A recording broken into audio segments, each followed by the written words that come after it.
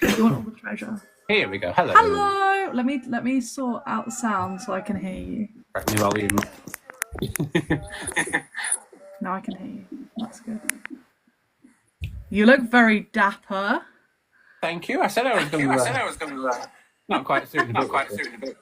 I was expecting the suit though. I'm not gonna lie. No.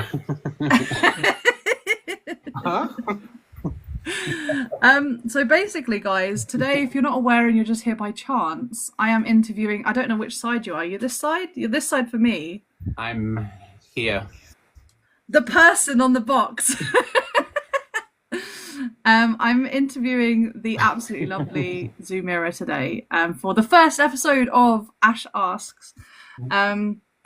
Basically, I'll do a quick overview, and I have basically sent the lovely Colin a bunch of questions, so he's prepared. So no one here is over like it's not like it's not a general knowledge thing. It's kind of just about like opinions and sort of views on everything. Thank you so much for all the gifts. I see them all coming up. I appreciate you. Thank you so much, No. The issue is obviously because we're going to be talking and we're going to be interviewing, we won't be able to look in the chat loads and loads and loads. So it will be difficult to keep up with the chat, but I appreciate you dropping in your opinions and stuff like that as well, because I will try and get some questions in at the end and stuff like that as well. So without further ado, Colin, would you like to introduce yourself for people who might not know you here? Hello. So I'm Colin, aka Zoomeera. I've been on TikTok since lockdown, I think like a lot of people. And I've been going live for about 2 years now, I think. Thereabouts. And I met this lovely lady, or this lovely lady, depending on where we are. How long ago? I say probably about a year and a half ago, maybe. Yeah, about 18 months. You weren't long into going live, I think, when we started chatting. Definitely not. No. So yeah, Colin is a fellow TikToker friend. We have met in person. We have met up in real life. We went to a zoo. It was great fun. And yeah, and he keeps lots of animals as pets. And not just keeps them in cages and stuff. It sounds a bit dodgy. He keeps lots of lovely animals as pets. And I first ever saw one of his pets, which was Delta, the gorgeous. Is it macaw? No, not macaw. Yeah, military. It is macaw. Yeah. I'm revealing myself now that I don't know my animals. I don't know my animals. But yeah, so that was the first time I ever sort of came across Colin on lives, and honestly, I was looking for a zoo channel to watch, and I typed in zoo into the into the search engine, and it gave me Colin, and we've just been really good friends ever since, I think.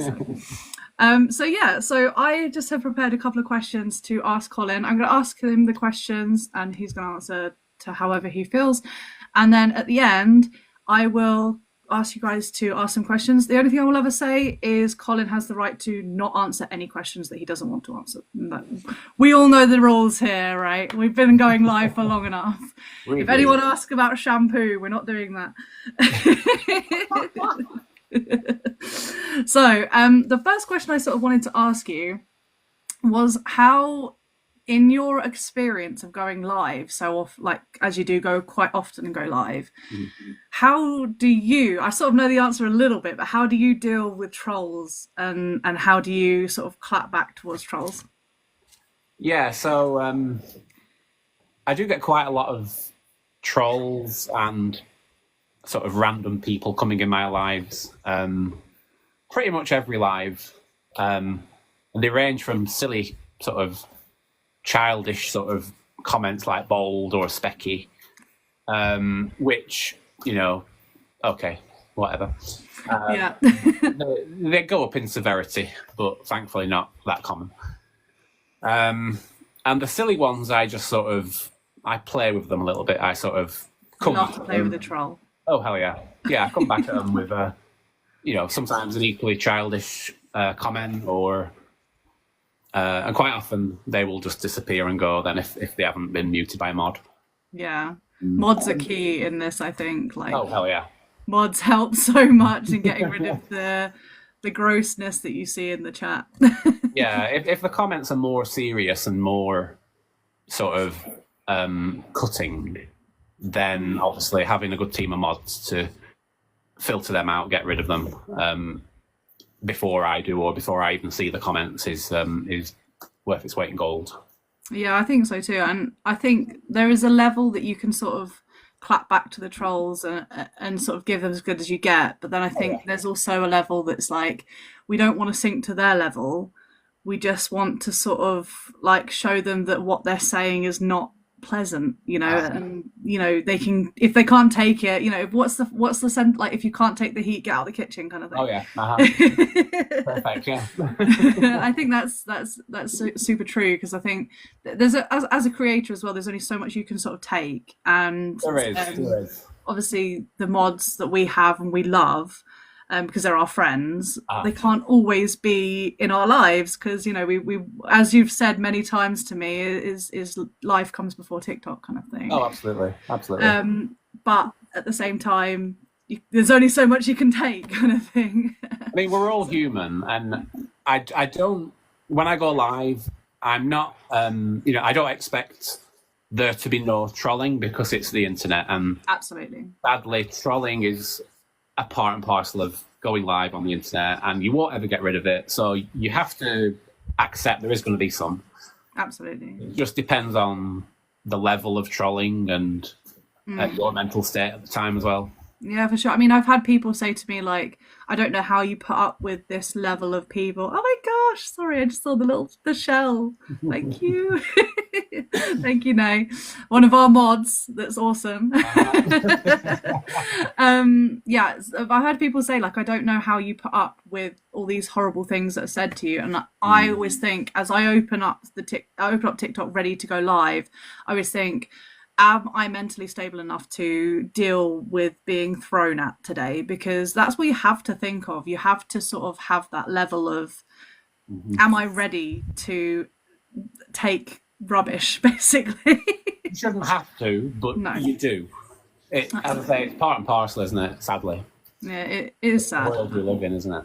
It is. And it kind of leads on to sort of my next question, of like, have you ever felt, and again, feel free to not answer if you're not, if you don't want to, but have you ever felt that trolls have impacted your mental health in a negative way, and sort of like, how do you deal with that outside of TikTok and stuff? Yeah, so I think it's only happened once in the 2 years that I've been going live, which I think is probably pretty good going. Oh, absolutely, for sure. And the people who know me and my mods and my regular viewers know I'm so laid back. I'm really laid back. Nothing really upsets me. It takes a lot to get to me.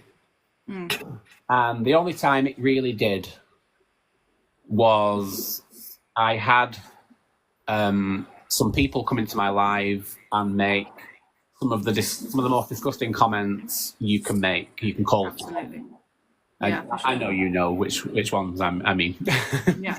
And it wasn't just one person. It was obviously a targeted effort by real people who were coming in and calling me horrible things, which really did hurt me.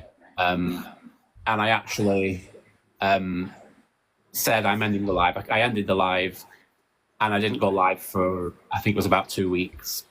Yeah. Because it really did cut me. And I think that's an important thing to do as well. It is that if things are affecting you in such a negative way in a mental health situation, you should step away, because there is no point in staying attached to any social media platform if it's making you, like, if it's toxic to you. Definitely. I mean, at the end of the day, we all love TikTok. That's why we're here. Absolutely, for sure. But at the end of the day, it's an app, and life goes on without TikTok. And if it's affecting you that badly, step away, turn the phone off, have a break. Go and see your friends in real life. Go and have a walk in nature, do things that ground yourself with it, and then come back when you're ready and when you've healed and when you've Yeah, for sure. what that was. And good friends are really important when that happens. Absolutely, absolutely. I mean, I've met a lot of my friends through TikTok, and as I'm sure you'll agree, we love TikTok. We really enjoy what we do. We really enjoy posting. We really enjoy our hobbies and stuff that we do outside of TikTok and on TikTok as well, because obviously it's a two-way thing. Oh, yeah. But you do have to take that sort of mental space away from it when you need to take that time, and I don't think there's any shame in that. A lot of people get like shame each other over, oh, you've not been on for like, you've been gone for a while, and it's not about that. You need to take that time for yourself, for sure. Definitely, yeah. And sort of in relating to that, how do you feel that social media has been like sort of good for your mental health, like has helped you in ways? So I think TikTok in particular, or other apps and platforms, has really helped my confidence. So when I first started to go live, I had the camera turned around, so it was on the tortoises or the parrots, so I wasn't on screen. Yeah. I was just obviously behind the camera talking, answering questions and whatnot. And then eventually I started to turn the camera around and put myself out there. And I was very self-conscious at first. And of course, the sort of silly comments started to arrive about appearance and specky, baldy, blah, blah, blah. Yeah. And at first it sort of... I'm sorry, I couldn't help but laugh. Thank you. Yeah, at first it sort of made me like, ooh, get off. Yeah. But eventually, I don't know if it's my age, but I've reached a point now where I really don't care that much about how I look or how people perceive me by looks. Yeah. So I'm a lot more confident now, and I'm sure most people who see my lives can tell I'm pretty confident. I think it's the level that going live sort of assists you with becoming confident, because let's say a couple of years ago, there is no chance in hell I would have wanted to interview anyone about anything. I wouldn't have wanted to speak to people in this kind of environment. And I think going live gives you that confidence to be in control of what's happening. So if you're not confident with what's happening at that very moment, you can literally just end it. And there's not many situations in real life where you have the ability to do that. You are sort of a slave to your surroundings kind of thing. You have to be in this conversation, you have to be polite and this, and there's lots of, whereas TikTok is a thing where you can go, do you know what, I'm not enjoying this, boop, bye, kind of thing. And to have that sort of control over it is quite empowering. And also, as you get to sort of levels where, as you and I have like a few people in our chat and stuff, and you get mods who can remove the people who are not so nice, it gives that almost level of protection as well, that sort of gives you that extra confidence. I think I agree with you. For me as well, it is the confidence is such a massive thing that's improved via joining TikTok. It's something that I wouldn't have put videos up of myself. I wouldn't have put I definitely wouldn't have gone on a live and spoken to people. And having that sort of platform to do that and speak to the world and speak to whoever wants to come and chat to you I think is just fabulous and super, super helpful for any level of confidence, I think. It does. It definitely builds your confidence. And I think myself and yourself, we have a following that comes to our live, almost every live. Yeah, for sure. It's like a group of friends getting together in absolutely, yeah. A natter and a laugh and whatever. 100%. That gives you a massive confidence boost, because there's millions of people on this app. They could go and watch anyone, but people come back to my lives, to your lives, time and time again, and that's really nice. It's lovely. Yeah, I think I find it very shocking that people come and watch my lives in the morning where I'm walking with no makeup on and just chatting rubbish. I find that incredibly hilarious that people are there, but at the same time, it gives me that like, oh, I have people that care about me and care about each other as well, because you see in the chat people going, oh, hi, such and such, or hi, such and such. I like, I've seen a couple of people say hi to each other in my chat like right now, and it's so nice to see people just dipping in and talking to each other and just creating this group of friends, like going down the pub or something, but it's on an app, Yeah. No, I think it's great. And sort of again leading on from the kind of like the mental health thing, because you yourself have several animals, especially exotic animals as well. How do you think that having pets helps your mental health and helps that sort of side of things as well? Or hinders? I was going to say there are definitely hinders. I'll start with the positives. So I think most people know pets of one type or another are really good for reducing stress, reducing your heart rate, stroking a dog, stroking a cat. That's scientifically proven to help stress, calm people down, etc. So there's that side of things. Not so much the exotics, because the exotics are not as, touchy-feely as dogs. So the tortoises, they're more lucky pets, really. They're more look at, care for pets. The parrots are a lot more, you've got a bond, you've got a relationship, whether that's positive or negative, if there is. But I think having pets to look after, it takes your mind off things. So if you've had a particularly rubbish live where you've had horrible people in, you can, take yourself away from TikTok, go and get the parrots out. It just sort of takes your mind off. Like grounds you a bit. Yeah, and it reminds you what's important, because, as I say, we all love TikTok, but in the grand scheme of things, it's not that important. There's lots of other things to be thinking about, and I think there was two people on my live this morning. I think it was Abby and Nay, who were on my live, and they were like doing the good old taps, tapping the live, but also sorting out all of their animals in the morning, and they have a plethora of animals. So I think it's definitely something, and I think someone has said in the live that it's quite amusing to see that you've fed and medicated all your animals, but then you've forgotten to have breakfast or something like that. Oh, I do that. Yeah. So I guess that's how it can kind of work negatively, having lots of animals. That's one of the negatives, yeah.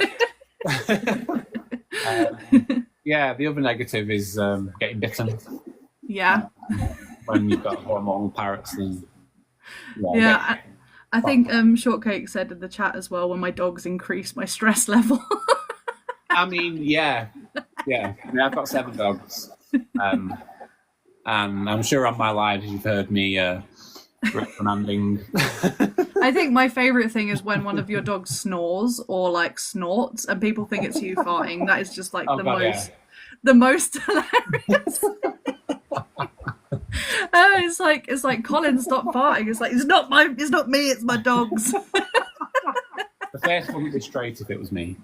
No, you'll have admitted it. Oh god, yeah. And sort of as well, like, because you have lots of different animals. Did you want to talk about sort of what animals you have and maybe why you've got them? Oh yeah. So myself and my partner, we have dogs. We have 7 dogs currently. We have 4 parrots and 9 tortoises. So the dogs, people say, why have you got so many dogs? Well, it's because we breed them and we show them. So most weekends we're at a dog show somewhere around the country. The parrots have always been a massive passion of mine. I've always wanted quite a few parrots, and I've fulfilled that sort of want by taking in parrots from other people who can no longer keep them. And I'm often getting asked, would I take in this parrot? Would I take in that parrot? And Clark says no. if it wasn't for Clark, my other half, I'd be swimming in parrots. And then the tortoises, again, tortoises are a big passion of mine. And I started out buying 3 of them myself. And then all the others have come from them needing to be rehomed. So they've come here.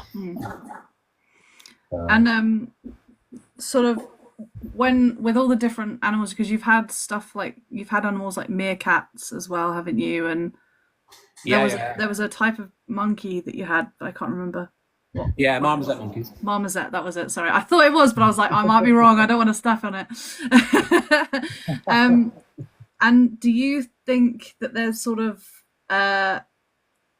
any particular sort of ethics that you live by when keeping these animals and also breeding them as well? Because there's lots of people do it in a really bad way, and I'm sure that you're really happy to talk about that.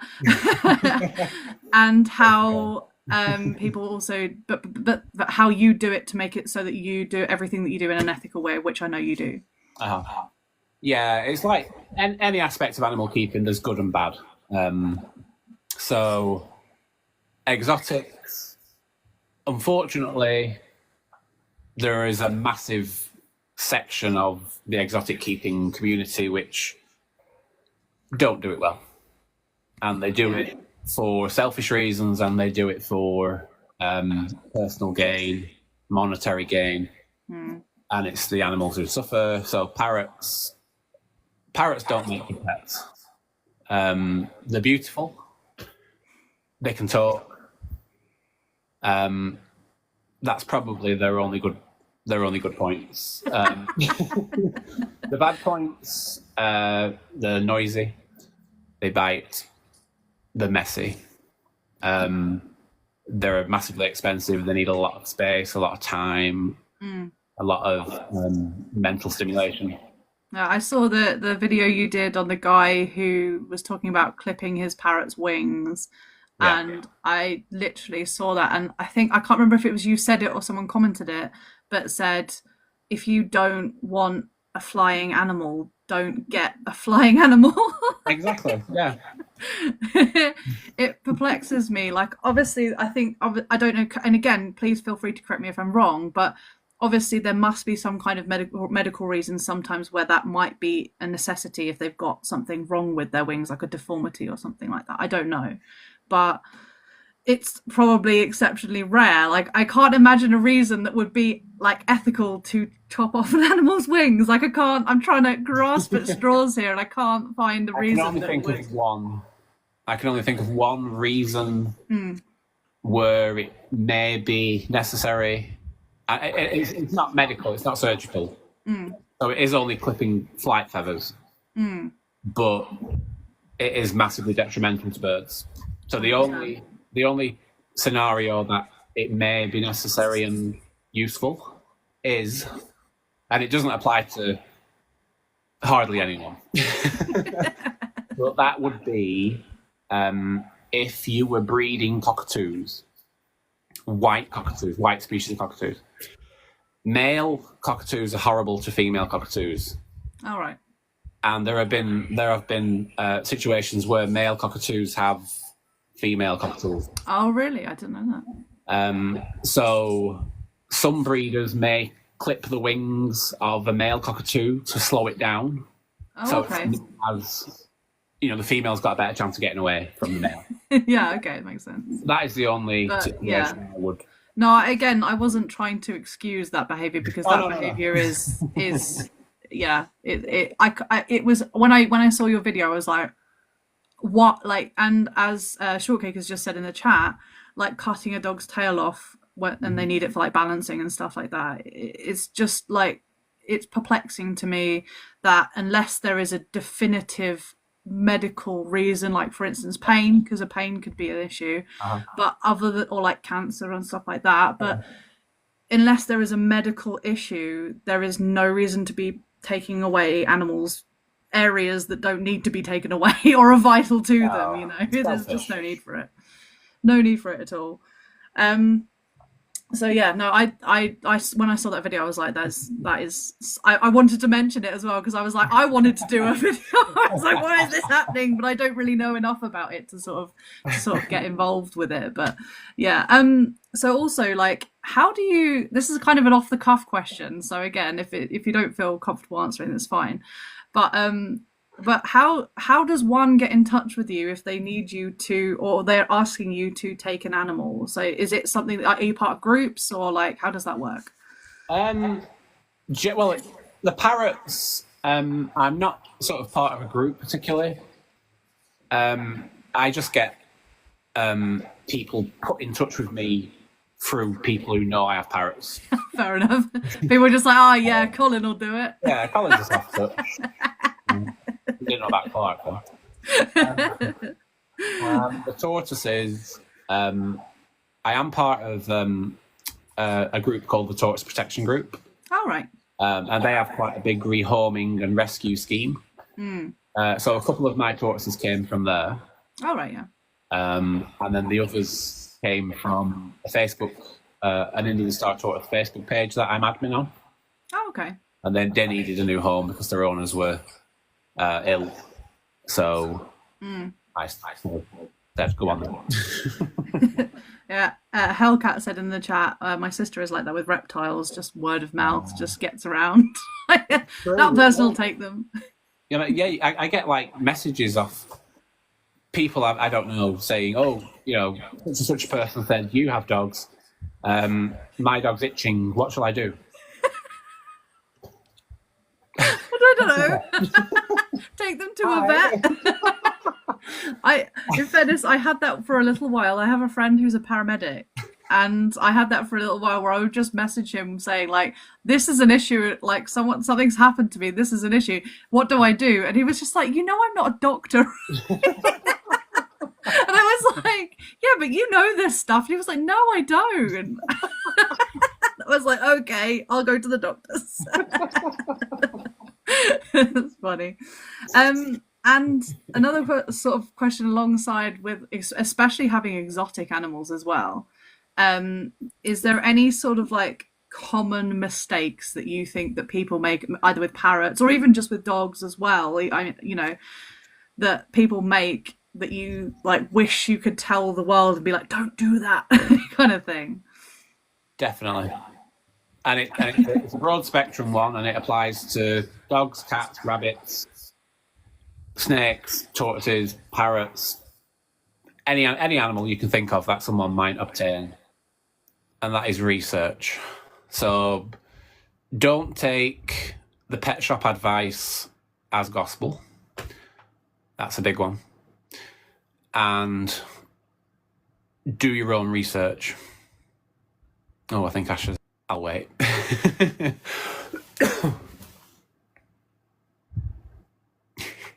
Yeah. What happened there?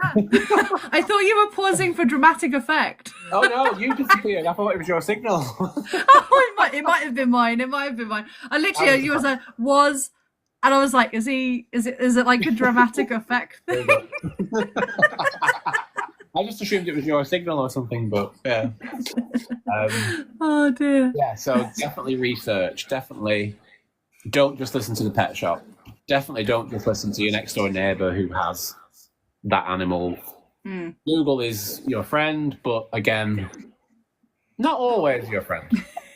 So find someone who knows the stuff, or find a group. There are lots of groups out there on the various apps. So yeah, research. You can't do enough research. Yeah. You can never do enough research. Yeah. Things change all the time, research. People are out studying animals in the wild, which will better captive care. People are finding ways of keeping animals better.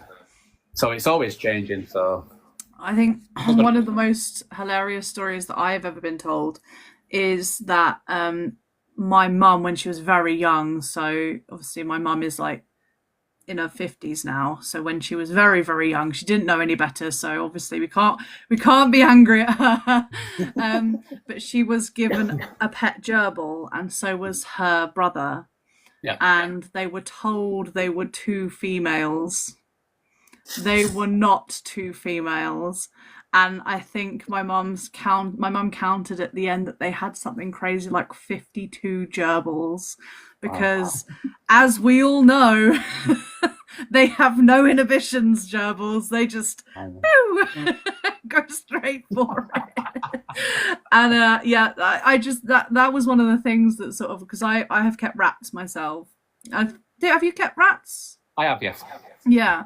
And that was one of my real big things. Obviously, on rats, if you know, you know, because when it's a guy, you know it's a guy rat. Like it's very difficult to not know. But I was really, really hot on that when I got my rats, because I was like, you get a female together and you're gonna have like Oh god, yeah. millions.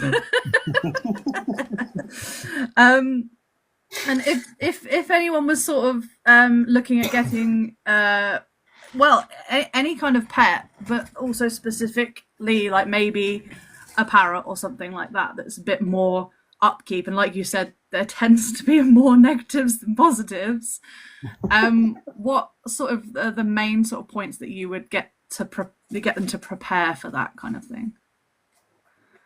For a parrot, especially a large parrot like a macaw or a cockatoo, get a toddler and give it a chainsaw. Not for the parrot though. Yeah, a toddler with a chainsaw on its face is pretty accurate to describe a parrot, because it will scream the house down. It will chew your coffee table into splinters within minutes. It will drive you insane. Yeah.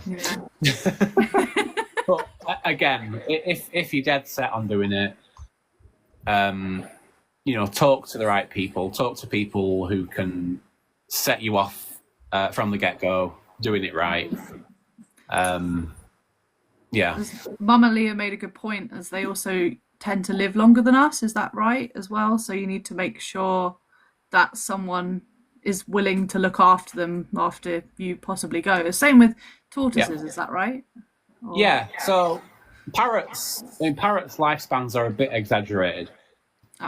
People think they can live to over 100, but not really. But they can still live to be like 50 odd, 60, 70 possible. Same with kids. Well, true. I don't have any of them, thankfully. I don't know, Delta's a bit of a child. Well, she's as close as I'm going to get, I think. So you do need some sort of plan in place. Like I say, same with tortoises, they can live to outlive their owners. So yeah, it was one of the main points that I was sort of like against getting, because I really wanted to get an African grey. But it was one of the main points that I was like, I just don't know if I can commit to that, and then also make sure that there is someone after I'm gone to also commit to that. Also, one of the things that I've seen a lot of people say is that a lot of parrots, again, not all, because I don't know about every single species, but a lot of parrots are literally as intelligent as a young child. Yeah. And it's something that I'm like, think about it. Do you want to have a toddler for the rest of your life? Like forever?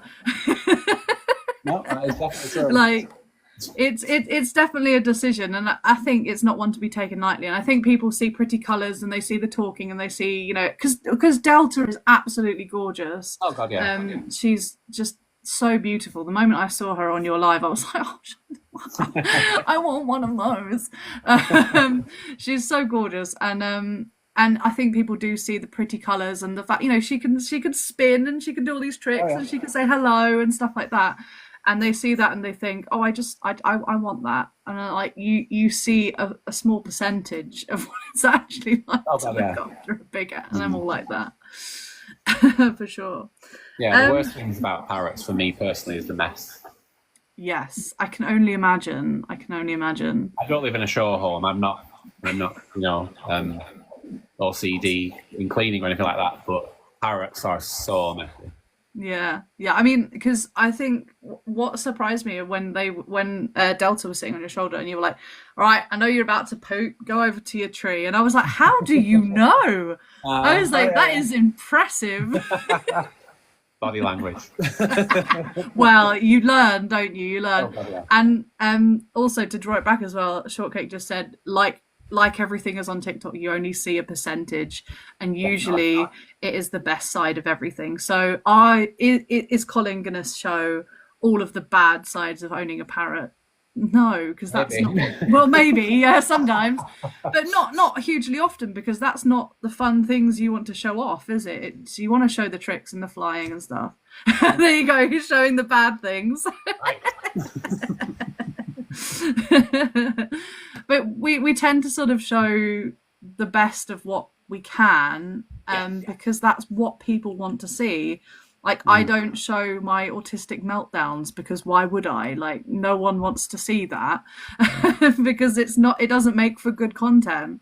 So yeah, it's really important to remember that when you're looking at a screen and you're seeing someone on a screen like that, this is a small, tiny percentage of what you see of our everyday lives. And it's the same with keeping animals as well.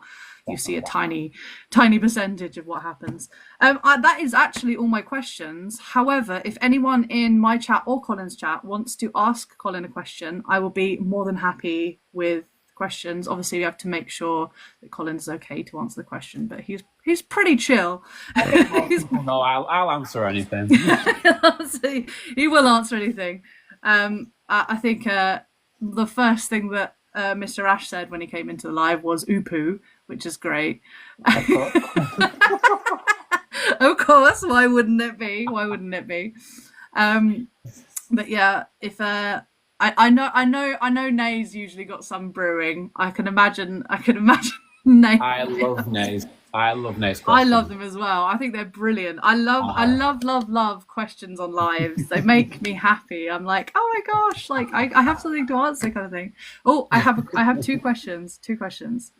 How did you know? I did know that you were brewing a question, Nay. So the first question comes from Nay, and she says, "What are 3 no's when interacting with a parrot?" I'm assuming she means no, as in nose.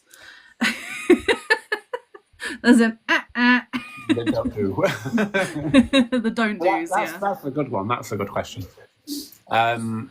So, well, definitely don't stick your finger in the cage and expect everything to be fine. You don't do that with any animal, really. Like, but people do. People do. Oh, hello. That's the parrot's home. That's the parrot's territory. And often it looks like food as well. Like, especially me at the moment, I've got green fingernails, but. So that's number 1. Number 2, don't touch parrots in certain areas. So only touch a parrot on its face, on its beak, back of its head, top of its chest. That's it.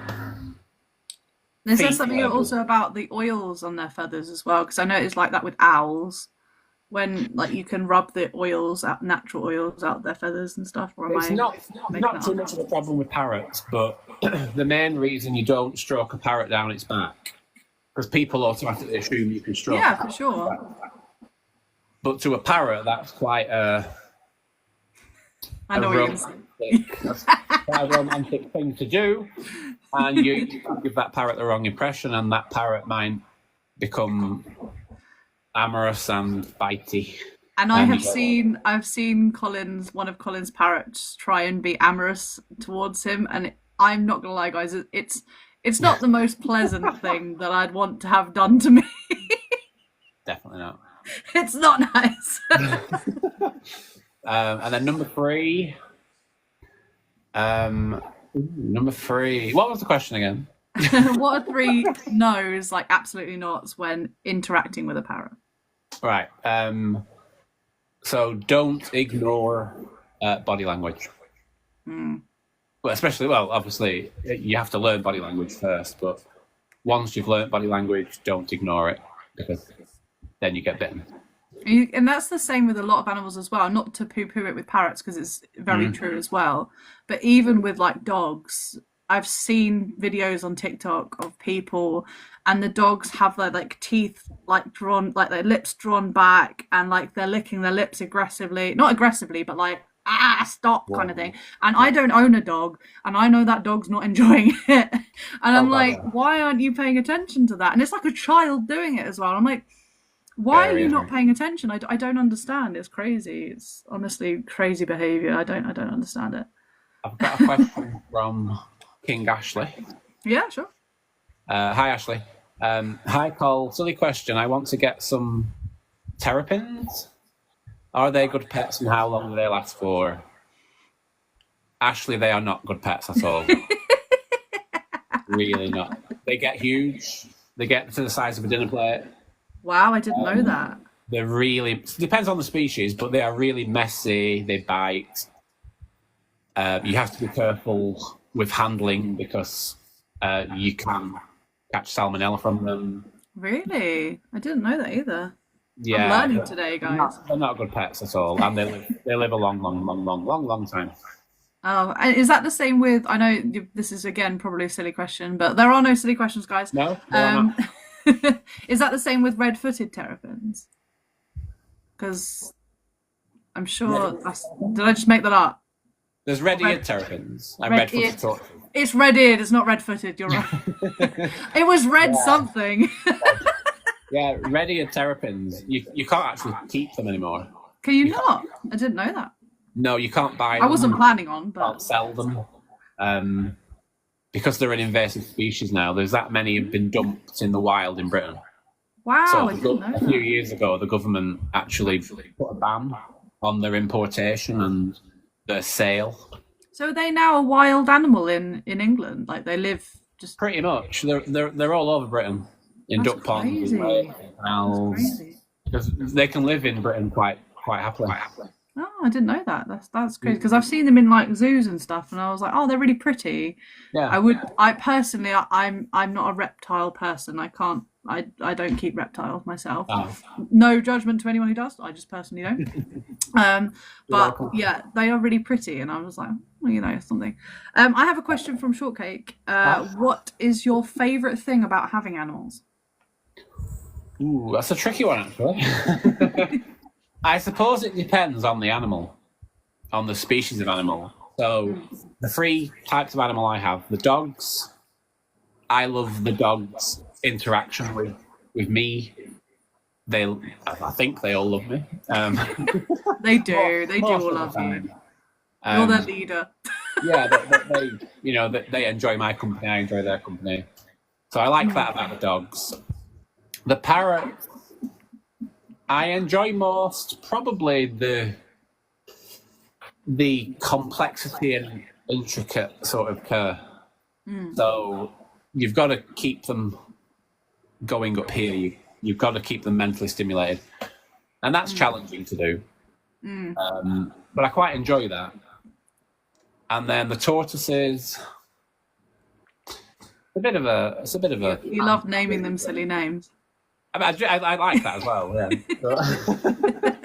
But I just like the pretty, and I like that their cur, again, similar to the parrots, but their cur has to be just so for them to thrive.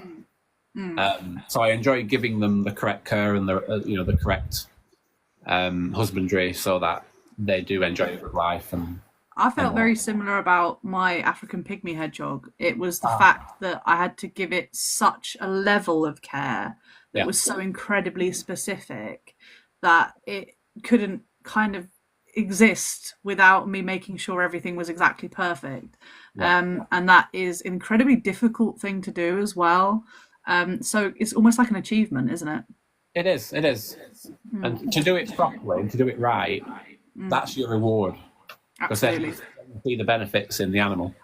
Absolutely. That's how I get. That's what I get from it. No, I totally agree. Cathy has asked, are there any... Put my teeth in. Are there any animals that Colin would like to keep that he doesn't have right now?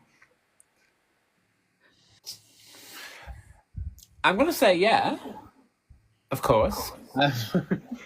Depending on how wild we're going. Achievement. I mean, that would be my dream, but I know it's not realistic, so I'll put that on the back burner. Do you know what a kinkajou is? Tell me. I think I know. Is it fluffy, furry? Mm-hmm. Yeah, and it's like it's kind. I want to say the closest thing that I have in my head that it would look like is kind of like a monkey, but not. Yeah. Mm-hmm. Yeah.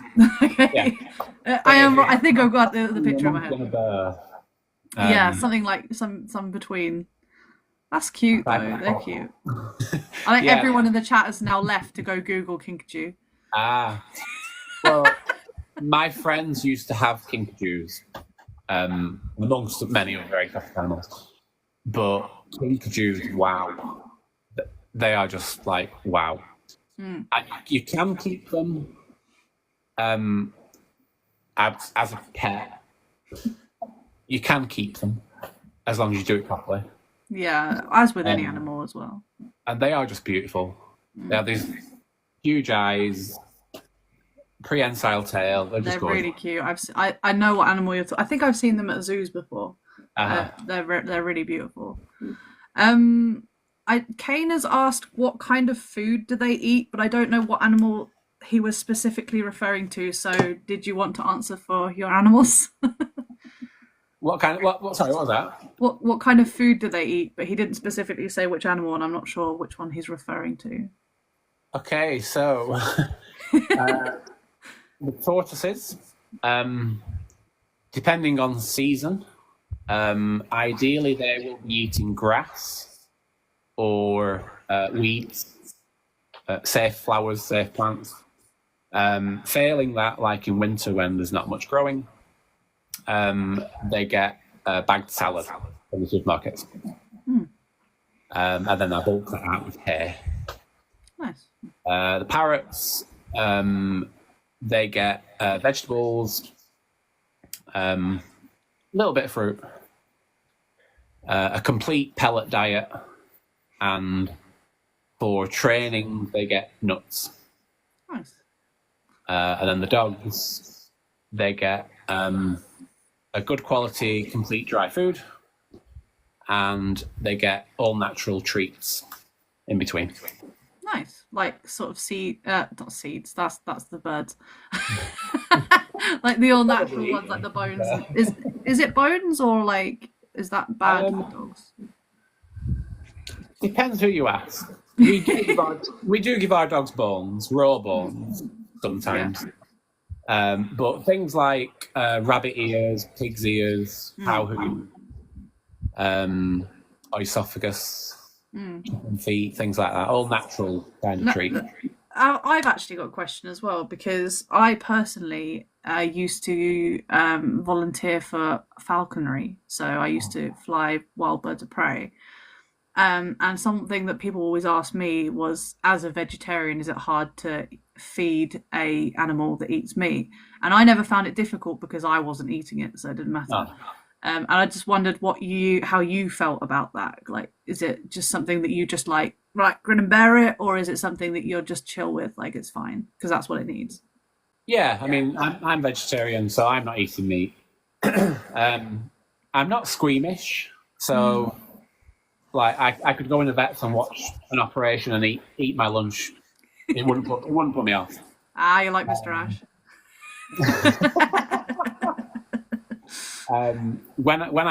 When I was feeding my dogs raw, a raw diet years ago, I had a friend who worked in a shop selling arms of fire. To be careful then, didn't I? And one of the customers used to use the arms of fire on rabbits. Oh, God. And my friend used to give me rabbits to feed the dogs. So I used to butcher them, skin them, gut them, and it didn't bother me at all No. because I think, I wasn't eating it. yeah. Certain animals have to eat meat. Birds of prey, they have to eat meat. Absolutely. Have And to eat meat. my opinion also of it was, if I didn't feed the bird of prey the meat, then the person who owned the bird of prey had to feed the bird the meat, so it's still getting fed it. So I'm not helping anyone. Like, and the animal is already unalived, so I'm not helping that either. So there is no way that I can assist in any better way than what I was already doing. So, I do have another question as well. Do you know if we need a specific veterinarian for exotic animals? And I know a little bit about it because I had to find a specific vet for my rats and my hedgehogs that treated specifically small animals. But I don't know what the deal is with parrots and tortoises. Yeah. So with any exotic animal, so in veterinary medicine, exotic is anything that isn't a dog or a cat or a horse or a farm animal, generally speaking. So technically a rabbit is classed as an exotic in veterinary medicine. So with the parrots, we had to source an avian vet. So that's a vet who have, they've done extra courses, extra studies, extra qualifications to specialise in bird medicine. Because bird biology is very different to mammal biology. So we had to find an avian vet, and thankfully, well, now there's two actually very close to us. Same with the tortoises. The tortoises, and you need an exotic specialist vet, and our vet who specialises in birds also specialises in reptiles. So, that's good. Thankfully, we were really lucky. Yeah, if you took a parrot or a tortoise or any exotic to a small animal vet, they would know basics. But if it was anything quite specialised, then they'd probably want to sort of pass you on to a specialist because they haven't specialised in those areas. I think that's best anyway, because you want what's specifically best for your animal, and if people are going to start guessing, that's what's the point? What's the point? You can Google that. You can Google for a guess. Nay's second question is, what's your favourite part about showing dogs? I could say the winning, but I won't. I mean, that is nice. We like winning. Everyone likes it. We wouldn't do it if we didn't want to win. Oh, for sure. You know, every competitive sort of hobby or sport, you want to win. Of course you do. Absolutely. But I think my favourite part is seeing a puppy go from not knowing what it's doing, being silly, being daft, making you look a fool, to eventually progressing to know this is what's expected of me, this is what I should be doing. And it's nice to see them get it and to do you proud by showing really well. Even if you don't win, if you can come away and say, she did really well there, you know, she was much better than last week. Yeah, for sure. That's a win. That's a win, definitely. Watching them grow and learn is got to be really, really gratifying to see the animal that you've sort of cultivated start doing really, really well, and it's sort of become proud of them and stuff like that. I think that's brilliant. Oh, definitely. Yeah, you've got to show them, you know, what you want them to do. Yeah, absolutely. Mama Leah asks, I have 5 cats and a dog. Do you think that a tortoise could live with them? So, live with them, yes, as in its own housing. So you've got to be really, really careful with dogs because so many tortoises get injured by dogs. Not necessarily intentional harm, but it could be a curious dog picks up a tortoise and chews it, and then the tortoise has got a cracked shell. It needs emergency treatment. Yeah, so I don't advocate mixing tortoises with dogs particularly. Um, as long as the tortoise was, separate from the dogs and the cats, Have its own then like sort of I don't vivarium see a and stuff. problem. Yeah, I Yeah. wouldn't see a problem. Yeah. Alongside that, I had a stupid question that again, no questions are stupid. No. But in this statement, you are probably going to laugh because when I saw that it wasn't true on one of your videos, I was like, "Oh wow, now I feel like a insert whatever word you want to insert there." But I genuinely thought that tortoises could leave their shell. A lot of people do. You're not alone. And I didn't realize that's part of their body. Like Yeah, it's part the of the shell is shell. actually part like, and they can feel it and stuff.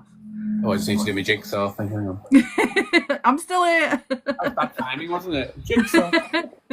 So yeah, tortoise terrapin turtle. The shell is part of the skeleton. It's part of the adapted rib cage. So obviously mammals have the ribs here, and they can move to a degree as we breathe and whatnot. A tortoise or a turtle or a terrapin, instead of ribs, their ribs have expanded to become plates. Obviously on the back as well as the front. So they are part of the shell. They are the shell. Yeah, The I never do that. The shell is living material. So if the tortoise damaged its shell, it would bleed. It would be painful. It would. They can feel. So when you touch the tortoise's shell, they feel it. If it rains, they feel it. Oh, you use jigsaw. Jigsaw as well. Yeah, years ago. Well, I say years ago. Probably when our parents were young, when everyone had tortoises. People used to. It was quite a common thing that people would drill a hole in the tortoise's shell and clip a chain onto it. So it could roam, but it wouldn't get lost. So that would be like having your tooth or bone drilled into without anaesthetic. That's horrible. Oh And my it was because gosh. people didn't know Made my that eyes that water. shell is living material. They didn't Yeah. know. They I thought it mean, was an animal. and this is exactly what we were saying earlier as to why it's so important to do your research. Because could you imagine if I got a tortoise before finding that out and had no idea that shell didn't come off, or per se something of it broke one day, and I was like, it's okay, I can get a new one. And if you don't learn these things, then people aren't going to sort of. What is it doing? Sorry, my camera went weird. You need to learn these things before you get these animals, absolutely, for sure. Another thing people used to do, I hope not many people do it anymore, but people used to oil the tortoise's shell. They used to put baby oil on the tortoise's shell or Vaseline, Okay. make it shiny and pretty and bright. Oh. Some people used to paint the shells. What they I don't gotta say, I'm sure I've seen people paint shells before. Yeah. So the shell has the surface of the shell is covered in tiny pores, and those tiny pores help with temperature regulation, with sensitivity. And That's really interesting. if you slather it in oil or Vaseline or paint or whatever, you block those pores, so you are stopping the tortoise from doing certain biological functions. Yeah. Oh, that's crazy. And another question I have from Shortcake is, what's your most favorite animal that you've ever had? They said that theirs was a pig. Wow. I'm jealous. I love pigs. As well as the kinkajou, I would have pigs. If I had land, I would have pigs. If I had land. I love them, honestly. I love them.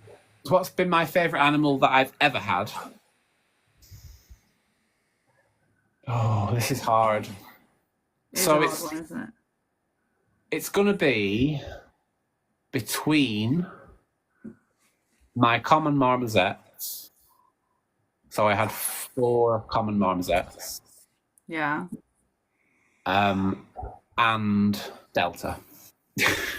It's a hard one as well because they're such different animals for so many different reasons, and they probably both have many perks and many the opposite to perks, cons. Yeah. For many different reasons. I have a funny question actually that Hellcat has put in, which is does it ever annoy you that the Teenage Mutant Ninja Turtles were actually tortoises? Ish. So, Ash, you have personal experience of my pet hate of the seagull thing. You tell them, because I'm not telling them. But people, FYI, there is no such thing as a seagull. It's a gull. It's a herring gull, it's a black-headed gull, it's a greater black-backed gull. It's a gull. There's no such thing. I have caught Colin calling a seagull once. One time. I caught Colin writing the word seagull in chat, and I was like, that's it. That's giving me an excuse now. I was tired. So, yeah, the Teenage Mutant Ninja Turtles, obviously they're in America, aren't they? And Americans call tortoises turtles. They call terrapins turtles. If it's got a shell, it's a turtle, isn't it, in America? So I'm letting them off because that's what Americans call tortoises. Fair enough. You are right. The Teenage Mutant Ninja Tortoises were tortoises. Doesn't have quite as good a ring to it, though, does it? It doesn't really, no. Turtles sounds better, I think, personally. I agree. Anyway, before Colin goes off on one about seagulls, do you have any more questions in your chat? Because I think that is most of mine done.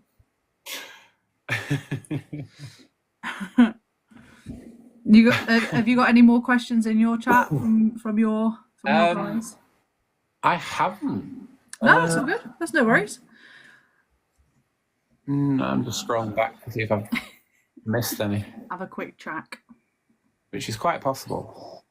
It's all good. We all know about keeping up in chat. We do.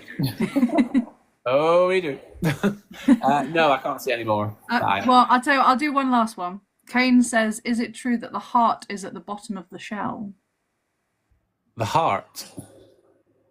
I'm assuming of a tortoise. By the bottom of the shell, do you mean this, like... I would imagine it would be the underneath, if I was to imagine it. Or the bottom, is that it? By the bum? No, I think he means on the bottom, underneath. Below it. Yeah, the plastron. Yeah. So... It would be, because obviously a tortoise is flatter on the bottom and domed on the top, so it would be closer to the plastron. Because the dome would be like its back, right? Yeah, the carapace is the spine. Yes, yeah. So the heart would be lower, yeah. With the lower at the bottom.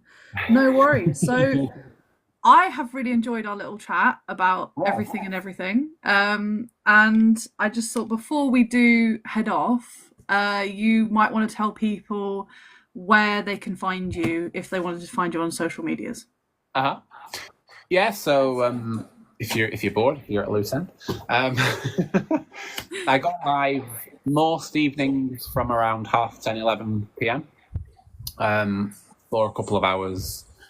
And it's just chat and chill kind of stuff. Yeah, if you're not following, then by all means drop a follow. If anyone wants to ask any sort of questions by DM about animals or mental health or anything like that, by all means do. I'm a support worker in my day-to-day job, so I have some experience in helping people, I suppose. But yeah, most evenings I'm live. And you're also on Instagram as well as Zoomeera, and I believe Facebook as well as Zoomeera? Yes. Yeah. Not as Zoomeera, as my real name. As your real name.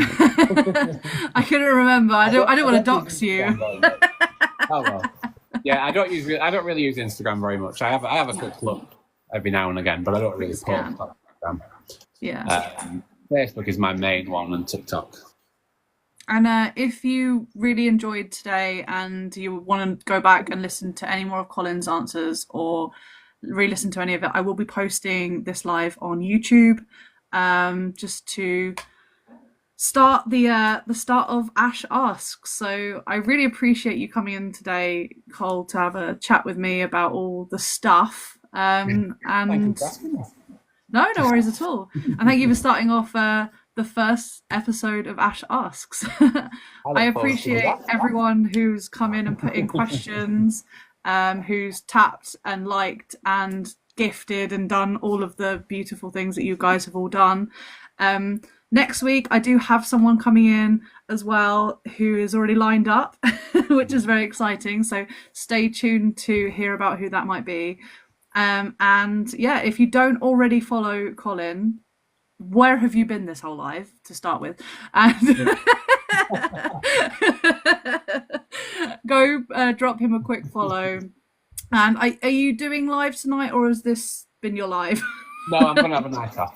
Yeah, that's fair enough. I think you deserve it, as you've been working today as well. I think you deserve it. It should have been my day off, so I worked. Yeah, exactly. And work's roped you in, and I've roped you in. So. What can I say? I'm a pushover. But yeah, I'm sure that you'll be live again very soon, and yeah, you can go hang out with Cole. But yeah, thank you so much for everyone for coming in, and thank you, Colin, and I shall see you guys all later. Thank you so much. Loved it. I can't escape now. That's the problem. See you later, guys.